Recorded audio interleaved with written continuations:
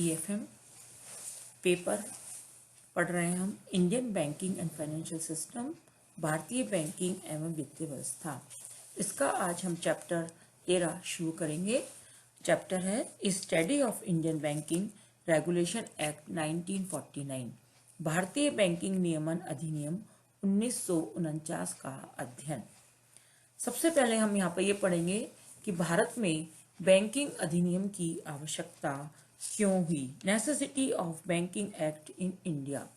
बहुत सारे ऐसे रीजंस थे जिनकी वजह से हमारे देश में बैंकिंग अधिनियम की आवश्यकता महसूस की जाने लगी। सबसे पहला रीजन था इसमें बैंकों का निरंतर फेल होना। भारतीय बैंकिंग विकास के अध्ययन से हमें यह पता चलता है कि यहाँ बैंक लगातार असफल होते रहे हैं। अतः इनकी असफलता को रोकने और जनता का पुनः विश्वास प्राप्त करने के लिए बैंकिंग विधान की आवश्यकता अनुभव की गई। दूसरा रीजन था बैंकिंग का असंतुलित विकास होना। यदि हम बैंकों की शाखाओं की बात करें तो शहरी क्षेत्रों में शाखाओं का विस्तार अधिक हुआ है, जबकि ग्रामीण क्षेत्रों में बैंकिंग सुविधाओं का अभाव रहा है। अतः संतुलित बैंकिंग विकास के लिए बैंकिंग विधान की आवश्यकता अनुभव की गई। तीसरा रीजन था स्वदेशी बैंकर्स तथा संगठित बैंकिंग में समन्वय का अभाव। इनमें आपसी सहयोग व समन्वय के स्थान पर प्रतिस्पर्धा विद्यमान रही है। इससे देश में बैंकिंग विकास पर विपरीत प्रभाव पड़ा है। साख नियंत्रण में भी कठिनाई आ रही है। अतः देशी बैंकर्स और व्यापारिक बैंकों में समन्वय स्थापित करने के लिए बैंकिंग विधान की आवश्यकता अनुभव की गई। नेक्स्ट इसमें संगठित मुद्रा बाजार का अभाव।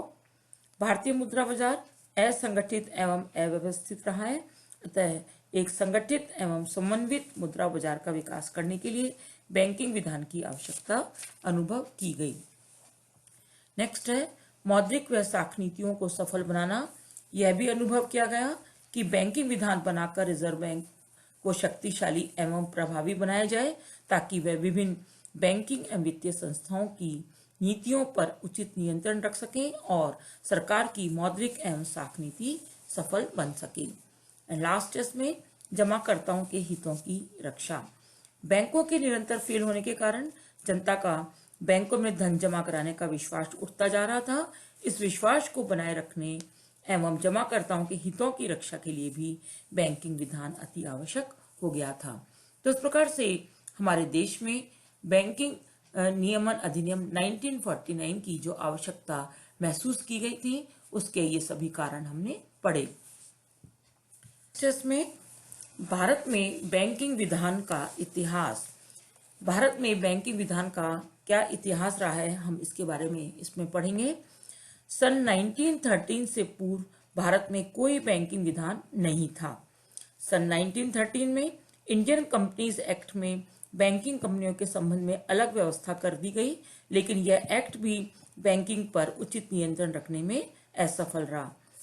इसके फलस्वरूप सन 1949 में सरकार ने यह अनुभव किया कि देश में बैंकिंग के समुचित एवं समन्वित विकास के लिए एक नया कानून बनाना चाहिए। अतः मार्च 1949 में बैंकिंग कंपनीज एक्ट पारित किया गया और वर्तमान समय में भारतीय बैंकिंग प्रणाली का नियंत्रण एवं नियमन रिजर्व बैंक द्वारा इस कानून के अंतर्गत किया जा रहा है। लेकिन सितंबर 1965 में पुनः संशोधन किया गया और इस कानून का नाम बदलकर बैंकिंग रेगुलेशन एक्ट, बैंकिंग नियमन अधिनियम कर दिया गया। तो आज हम इसे किस नाम से पुकारते हैं? आज हम बोलते हैं इसे भारतीय बैंकिंग नियमन अधिनियम 1949। अब पढ़ेंगे हम इस भारतीय बैंकिंग नियमन अधिनियम 1949 की क्या क्या इसकी विशेषताएं हैं, हम इसके बारे में इसके अंतर्गत पढ़ेंगे। इसमें सबसे पहले जो प्रोविजन है वो बैंक की परिभाषा के बारे में है। यहाँ पर बैंक की परिभाषा दी गई है। Definition of A bank.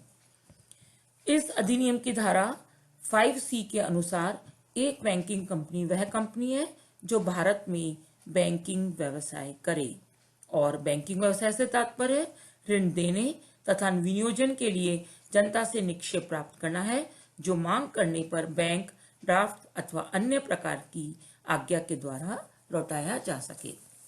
दूसरा इसमें प्रोविजन है बैंकिंग कार्य।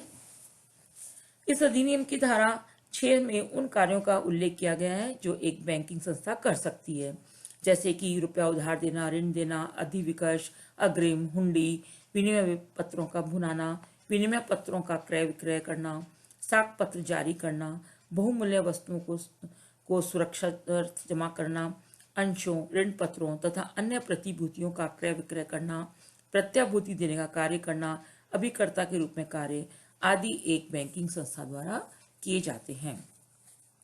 नेक्स्ट आता है इसमें बैंकों का प्रबंधन, मैनेजमेंट ऑफ बैंक्स।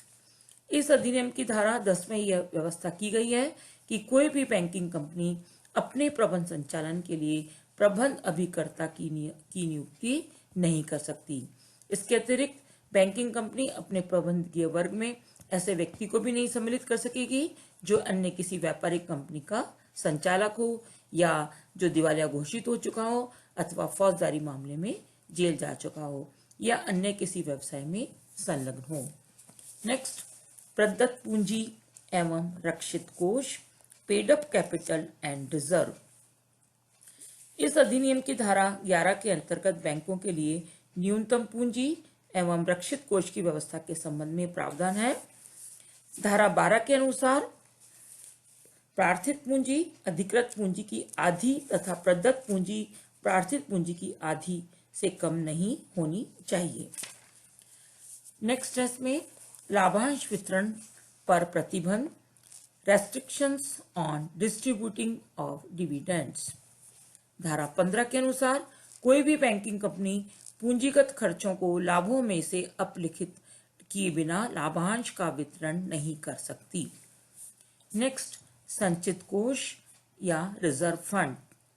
अधिनियम की धारा 17 के अनुसार सन 1962 के संशोधन से पूर्व प्रत्येक बैंकिंग संस्थान को प्रतिवर्ष अपने शुद्ध लाभ के 20% भाग को संचित कोष में जमा करना होगा। यह जब तक जारी रहेगा जब तक कि संचित कोष में जमा राशि प्रदत्त पूंजी के बराबर नहीं हो जाती। नेक्स्ट, नकद कोष या कैश रिजर्व। अनुसूचित बैंकों के नकद कोषों के संबंध में रिजर्व बैंक ऑफ इंडिया अधिनियम में व्यवस्था की गई है और इस व्यवस्था के तहत सभी बैंकों को अपने नकद कोषों का विवरण प्रत्येक माह की 15 तारीख तक रिजर्व बैंक को भेजना आवश्यक है। नेक्स्ट, न्यूनतम तरल संपत्ति अनुपात, मिनिमम लिक्विड एसेट्स रेशियो।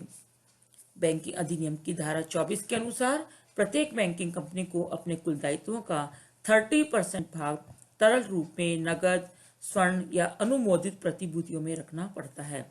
सन 1962 से पूर्व यह राशि 20% के बराबर होती थी और वर्तमान में यह राशि 18% के बराबर है।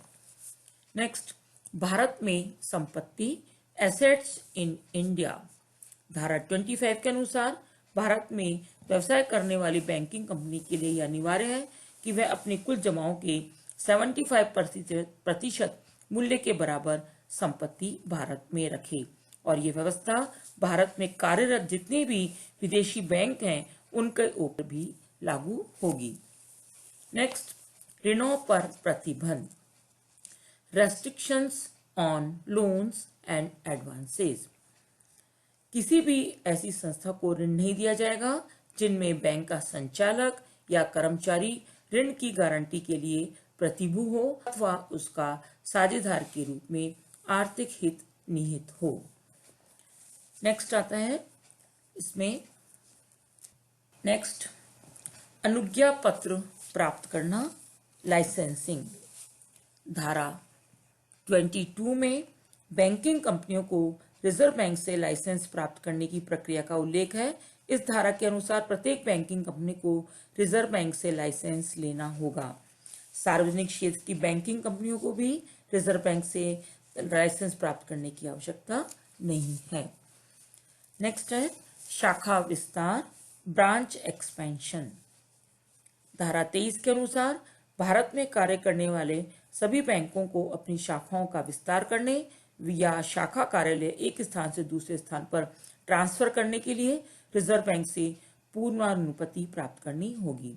इनकी अनुमति देते समय रिजर्व बैंक देश में संतुलित बैंकिंग विस्तार, बैंक की आर्थिक स्थिति, पूर्व इतिहास, सामान्य व्यवस्था, आय की क्षमता और साथ ही साथ जनता के हितों को भी ध्यान में रखेगा। नेक्स्ट, बैंकिंग संस्थाओं का निरीक्षण, इंस्पेक्शन ऑफ बैंकिंग इंस्टीट्यूशंस। धारा 35 के अनुसार रिजर्व बैंक अपनी इच्छा से अथवा केंद्रीय सरकार के आदेश पर किसी भी बैंक की शाखा का या लेखा पुस्तकों का निरीक्षण कर सकता है। नेक्स्ट है निर्देश प्रदान करने का अधिकार, power to give directions. Reserve bank जनहित में या विशिष्ट बैंकिंग कंपनियों के क्रियाकलापों पर नियंत्रण रखने के लिए, बैंकिंग कंपनी की प्रबंध व्यवस्था में सुधार के लिए विशिष्ट बैंक को या सभी बैंकों को निर्देश दे सकता है और इन सभी निर्देशों का पालन करना उनके लिए अनिवार्य होगा। नेक्स्ट है बैंकों का एकीकरण, अमलगमेशन ऑफ बैंक्स। धारा 45 के अनुसार रिजर्व बैंक किसी भी बैंकिंग कंपनी की आर्थिक स्थिति बिगड़ने पर केंद्रीय सरकार को विलंब फल या भुगतान स्थगन के लिए सिफारिश कर सकता है और सरकार उस बैंक के लिए विलंब काल घोषित कर सकती है और रिजर्व बैंक संबंधित बैंक के एकीकरण की योजना के संबंध में कोई सुझाव देता है तो इन्हें सम्मिलित करते हुए योजना सरकार की स्वीकृति के लिए भेजी जाती है और सरकार की स्वीकृति के बाद योजना संबंधित बैंकिंग कंपनियों पर लागू हो जाती है। नेक्स्ट है सामयिक विवरणियां, पीरियोडिकल रिटर्न्स। धारा 27 के अनुसार प्रत्येक बैंकिंग कंपनी को निम्नलिखित सामयिक विवरणियां निर्धारित प्रारूप में तैयार करके रिजर्व बैंक को भेजनी होती है, जिसमें धारा 26 के अनुसार उनको अनक्लेम्ड जमा राशियों का विवरण देना होता है। धारा 27 के अनुसार संपत्तियों और दायित्वों का विवरण देना होता है। धारा 24 के 3 के अनुसार तरल संपत्तियों एवं दायित्वों का मासिक विवरण देना होता है। धारा 24 के अंतर्गत भारत स्थित संपत्तियों एवं दायित्वों का त्रैमासिक विवरण देना होता है और इसी के साथ धारा 27(2) के अंतर्गत रिजर्व बैंक को किसी भी बैंकिंग कंपनी से आवश्यक विवरण एवं जानकारी जिसे वह उचित समझे मांग सकता है। तो इस प्रकार से इन सभी धाराओं में पीरियोडिकल रिटर्न्स के बारे में जानकारी दी गई है। नेक्स्ट है वार्षिक लेखे एवं उनका अंकेक्षण, एनुअल अकाउंट्स एंड ऑडिट। धारा 29 के अनुसार प्रत्येक बैंक को अपने अंतिम खाते अधिनियम की तृतीय अनुसूची के अनुसार कैलेंडर वर्ष के अंतिम दिन तैयार करने होते हैं। नेक्स्ट, व्यवसाय का स्थगन एवं समापन, suspension of business and binding up. धारा 37 में उच्च न्यायालय की आवेदक बैंक को 6 माह की अस्थायी अवधि के लिए भुगतान विलंब काल स्वीकृत करने का अधिकार दिया गया है। नेक्स्ट है बैंकों का निस्तारण, लिक्विडेशन ऑफ बैंक्स। उपरोक्त व्यवस्थाओं के अधीन किसी बैंकिंग कंपनी के निस्तारण का आवेदन प्राप्त होने पर न्यायालय उचित आधारों पर रिजर्व बैंक को ही बैंक का निस्तारक, लिक्विडेटर ऑफ बैंक नियुक्त कर सकता है। बैंकिंग कंपनियों के निस्तारण के संबंध में बैंकिंग कंपनी अधिनियम 1956 की धारा 433 एवं 583 भी इसके अंतर्गत प्रभावी होंगी। नेक्स्ट है साझे संचालकों पर रोक, check on interlocking of directors.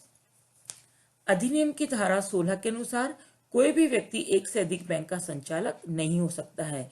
यदि कोई व्यक्ति ऐसे कंपनियों में भी संचालक है जिसके पास सामूहिक रूप से किसी बैंक के 20% से अधिक अंश हैं, तो उसे बैंक के संचालक मंडल में नहीं रखा जाएगा। नेक्स्ट है सहायक कंपनियों के निर्माण एवं विनियोग पर प्रतिबंध, रेस्ट्रिक्शंस।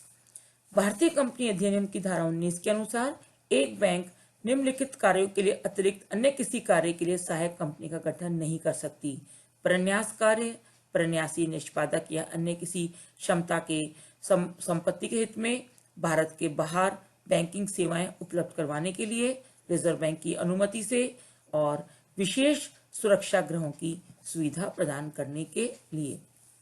नेक्स्ट है बैंक प्रलेखों को साक्ष्य के रूप में मान्यता, recognition of banks documents for evidence.